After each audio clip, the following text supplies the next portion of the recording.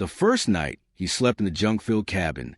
The veteran woke up convinced the mountain itself was breathing around him, slow and heavy, like a wounded animal refusing to die. Wind pressed against the warped wooden walls. Pine needles scraped the roof like fingernails, and somewhere beneath the floor, something hollow groaned with every gust. He lay still on a torn mattress placed directly on the dusty floor, one hand resting on the rough fur of his dog, and wondered how his life had narrowed to this forgotten place that no one wanted, not even for free. If stories about silent heroes and second chances mean something to you, take a moment right now to like, comment, share, and subscribe to the channel. These small actions help keep stories like this alive. Stories about people who endure quietly and find hope where no one else is looking. His name was Matthew Walker, a former U.S. Army veteran who had come home with medals that gathered dust and memories that refused to fade. The war had taken years from his body and something unnamed from his spirit, leaving him drifting between temporary jobs, cheap rooms, and long nights where sleep never fully arrived. When the letter came saying he had the chance to buy an abandoned cabin at a county auction for almost nothing, he had laughed at first. The listing described it as junk-filled, structurally questionable, and unsuitable for modern living. That description felt uncomfortably familiar.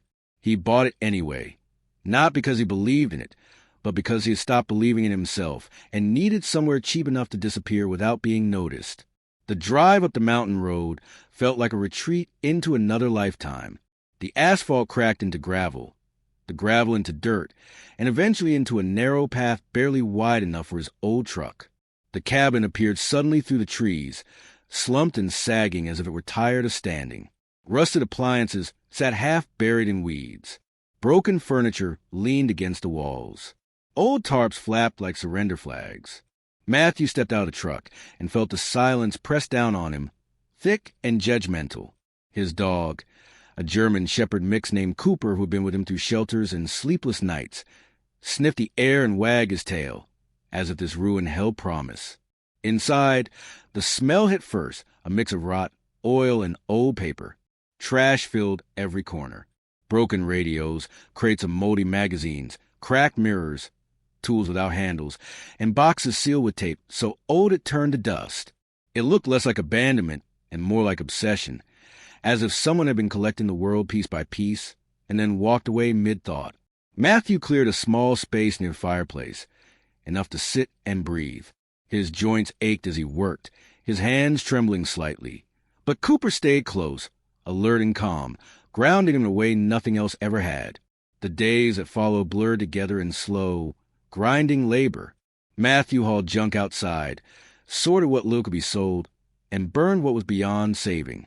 His muscles screamed, but the pain felt honest, simpler than the invisible wounds he carried. At night, he sat on the steps with Cooper, staring into the endless dark of the trees, listening to the mountain breathe. He told himself he would fix the roof, patch the walls, maybe stay through winter, if he could stand it. He told himself many things. Belief was harder. It was on the fifth day that Cooper began acting strangely around the back of the cabin. He circled the barn that stood a short distance away, an old structure Matthew had avoided because its doors were chained shut and the roof bowed dangerously. Cooper pawed at the ground, whining softly, then pressed his nose against a section of wall, as if scent leaked through solid wood. Matthew tried to pull him away, irritated and tired, but the dog refused, digging harder until his nails scraped against something that sounded hollow. Matthew froze. He pressed his ear to the wall and knocked with his knuckles. The sound echoed wrong, deeper than it should have been. He fetched a crowbar from the pile of salvage and pried loose a rotten plank. Behind it was not insulation or beams, but darkness, clean and deliberate. A hidden door had been built into the barn wall, concealed behind layers of wood and time. His heart pounded, not with excitement, but with the same tight fear he remembered from patrols overseas, the sense that something waited just out of sight. The door opened into a narrow stairway, descending underground. The air that drifted up was cold and dry, untouched by rot. Matthew hesitated, then followed Cooper down, each step creaking under his weight. At the bottom was a room lit faintly by a single, dusty bulb that somehow still worked. Metal shelves lined the walls, stacked with sealed containers, notebooks, and carefully wrapped objects. This was no hoarder's mess. This was organized, intentional. As Matthew moved deeper, understanding crept in slowly and painfully. The notebooks were filled with meticulous records, dates, names, locations, financial ledgers written in a steady hand. Photographs followed, old but preserved, showing the cabin, the barn, and people Matthew did not recognize standing beside vehicles loaded with crates. It became clear that the previous owner had not been collecting junk. He had been hiding something, using the appearance of worthlessness as camouflage. This cabin no one wanted had been a shield. The most shocking discovery came last. Inside a reinforced locker were documents tied to a cold case Matthew remembered from the news years ago, a case involving missing military equipment and funds that had vanished through shell companies and rural drop points. The handwriting matched the auction records. The man who once owned this place had been involved, maybe at the center of it all. Matthew felt sick, not from fear, but from the weight of it. This forgotten cabin held evidence that could reopen wounds far larger than his own. For a long time, he sat on the concrete floor with Cooper beside him, thinking about choices. He could walk away, seal the door, pretend he had never found it. No one would blame him. He had already given more than most. But something inside him shifted, slow and deliberate. The war had taught him many things, but one lesson stood firm. Turn away from truth only lets damage spread quietly. The next weeks were the hardest he had faced since coming home. Authorities arrived, cautious and suspicious at first, then increasingly attentive as the scope of the discovery became clear.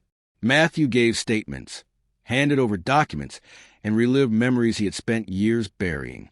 The cabin filled with officials instead of junk, radios crackling again, this time with purpose. Through it all, Cooper stayed at his side, calm as ever, as if he understood that his digging had changed more than just one man's fate. When the investigation concluded, the world did not suddenly fix itself. Matthew did not become rich. His nightmares did not vanish overnight, but something fundamental changed. The county offered him legal ownership of the cabin outright, along with a small reward for his cooperation. More importantly, the local veterans office took notice. Counseling followed. Support followed. People followed, not with pity, but with respect. Matthew rebuilt the cabin slowly, board by board, choosing care over speed. He cleared the barn, sealed the hidden room forever, and planted grass where rusted metal once lay. Some evenings he sat on the